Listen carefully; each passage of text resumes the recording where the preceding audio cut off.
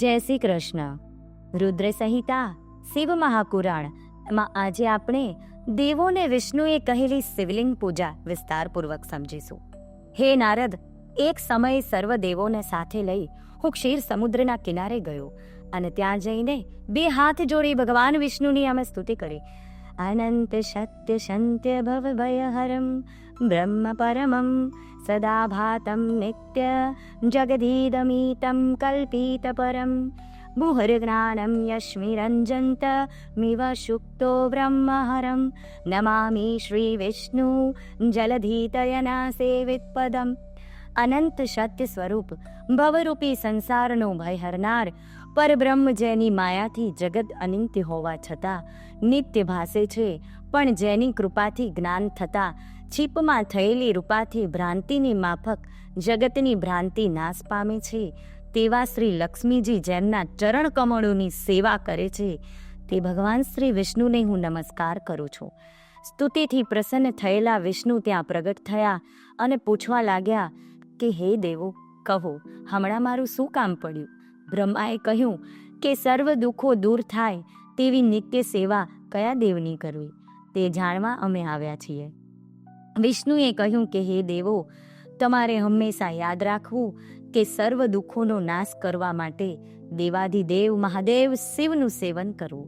હે બ્રહ્મા, તમે અને હું બેઉ સદાશિવનું નિત્ય સેવન કરીએ છીએ. શિવની લિંગ મૂર્તિ પૂજન કરવાથી જ આપણે સૌ ઉત્તમ પદ પામ્યા છીએ. તે કેમ ભૂલી ગયા?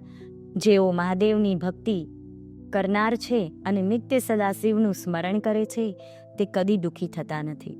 વિષ્ણુએ આમ કહ્યું એટલે દેવો શિવલિંગની માંગણી કરવા માંડ્યા. તેથી વિષ્ણુએ વિશ્વકર્માને આજ્ઞા કરી કે હે વિશ્વકર્મા, તમે મારી આજ્ઞાથી મહાદેવના શ્રેષ્ઠ લિંગો બનાવો અને દેવોને આપો. પછી વિશ્વકર્માએ અનેક પ્રકારના લિંગો બનાવ્યા અને દેવોને તેમના અધિકાર પ્રમાણે આપ્યા. ઇન્દ્રને મણેકનું લિંગ આપ્યું, કુબેરને સુવર્ણનું લિંગ, ધર્મરાજાને પીળામણીનું, વરુણને કાળામણીનું, વિષ્ણુને નીલમનું, બ્રહ્માને સોનાનું, વસુઓને ચાંદીનું, અશ્વિની કુમારોને પિત્તળનું, દેવી લક્ષ્મીને સ્ફટિકનું, આદિત્યને તાંબાનું અને સોમને મોતીનું અને સૂર્યને હીરાનું લિંગ આપ્યું. તે ઉપરાંત બ્રાહ્મણોને માટીનું, મયદાનવને ચંદનનું, નાગોને પરવાળાનું, યોગીને ભસ્મનું, યક્ષોને દહીંનું અને બાણાસુરને પારાનું લિંગ આપ્યું. પછી વિષ્ણુએ લિંગ પૂજનનો મહિમા સમજાવ્યો અને વિધિ કહી. તે ગ્રહણ કરી. શ્રી વિષ્ણુએ તેમને કહ્યું કે કોઈ કર્મનો ત્યાગ કરવો નહીં અને ધન સંપત્ત હોય તે પ્રમાણે દાન કરવું. 1000 કર્મ યજ્ઞો કરતાં એક તપ યજ્ઞ વધે છે, 1000 તપ યજ્ઞો કરતાં એક જપ યજ્ઞ વધે છે અને તેથી વધુ એવા ધ્યાન યજ્ઞથી શ્રેષ્ઠ બીજું કોઈ નથી. હે બ્રહ્મા, તે છતાં જે બ્રહ્મવેતા છે તેને માટે કોઈ કર્મની આવશ્યકતા નથી. તેવા યોગીજનોના હૃદયમાં શિવજી લિંગ સ્વરૂપે નિત્ય વાસ કરે છે. જેના હૃદયમાં પરમેશ્વર શિવ સાક્ષાત બિરાજે છે તેને પછી મૂર્તિ આદિની જરૂર રહેતી નથી. પણ જેને એવું વિજ્ઞાન પ્રાપ્ત થતું નથી તેમને માટે મૂર્તિ કે પ્રતિમાની કલ્પના આવશ્યક છે. આલંબન વિના ઊંચે ચડવું કઠિન છે. સગુણથી નિર્ગુણની પ્રાપ્તિ થાય છે. આવું ઉત્તમ જ્ઞાન થયા વિના જે પ્રતિમા અગર મૂર્તિનું પૂજન કરતો નથી તેનું નક્કી પતન થાય છે. હે સજ્જનો, વિચાર કરો, જેમ મેલા કપડાને રંગ બરાબર લાગતો નથી માટે તેને ધોઈ સ્વચ્છ કરીને પછી રંગવામાં આવે છે, તેવી જ રીતે સારી રીતે પૂજન કર્યા પછી જ મનુષ્યના હૃદયમાં જ્ઞાનરૂપી રંગ ચડે છે. જ્ઞાન વિજ્ઞાનના મૂળ ભક્તિમાં રહેલા છે. પૂજનથી ભક્તિ થાય છે અને ભક્તિથી જ્ઞાન ઉપજે છે. જ્ઞાન વડે વિજ્ઞાન પ્રાપ્ત થાય અને પરબ્રહ્મનો પ્રકાશ થાય ત્યારે જ દ્વંદ્વનો ભેદ દૂર થાય છે અને પછી મનુષ્ય શિવરૂપ બને છે. સર્વ પૂજનોમાં ઉત્તમ છે શિવ પૂજન. સર્વ પૂજનમાં ઉત્તમ શિવ પૂજન. શિવ પૂજનથી સર્વ દેવો પ્રસન્ન થાય છે. જેવી રીતે વૃક્ષના મૂળમાં પાણી પાવાથી શાખાઓ નવપલ્લિત થાય છે તેમ દેવો રાજી થાય છે. પણ જો શાખાઓ ઉપર પાણી સિંચવામાં આવે તો મૂળ કાંઈ તૃપ્ત થતું નથી. તેમ વિવિધ દેવોની પૂજા કર્યા થકી સદાશિવ પ્રસન્ન થતા નથી.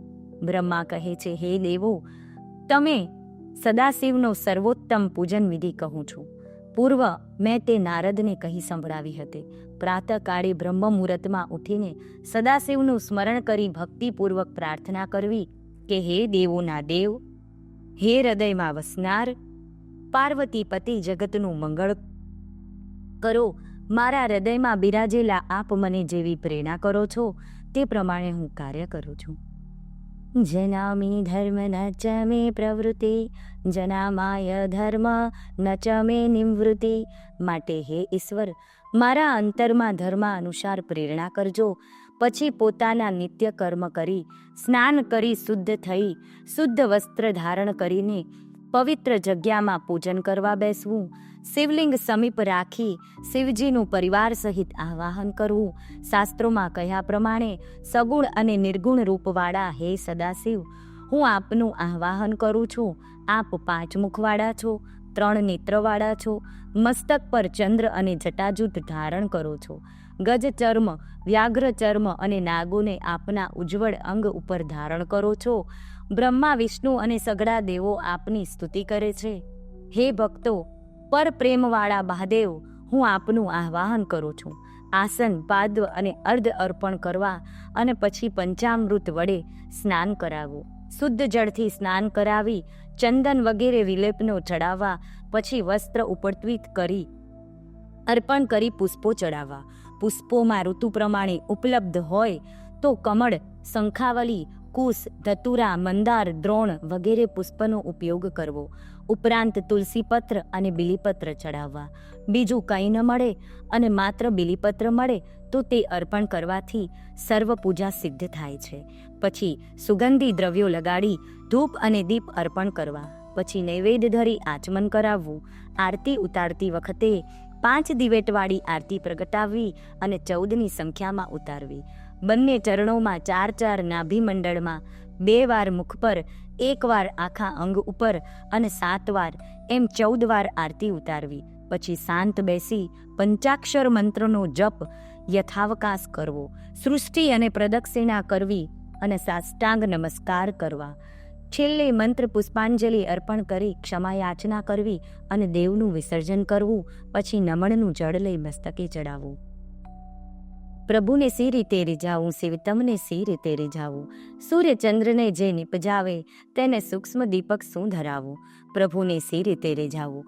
કોટી કોટી જે ધાન્ય નિપજાવે તેને સ્થૂલ નૈવેદ્ય શું ધરાવું. પ્રભુને સી રીતે રીઝાવું. 5 વિષયોની 5 શાખાઓય મન બુદ્ધિ જીવ વળી કાયે પાયે પડી પડીને રીઝાવું. પ્રભુને સી રીતે રીઝાવું.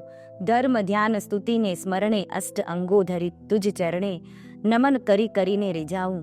પ્રભુને સી રીતે રીઝાવું. આ પ્રમાણે બ્રહ્માજીએ દેવોને પૂજન વિધિ કહી સંભળાવી અને સુત પાસે મુનિઓએ સાંભળી. જય શ્રી કૃષ્ણ.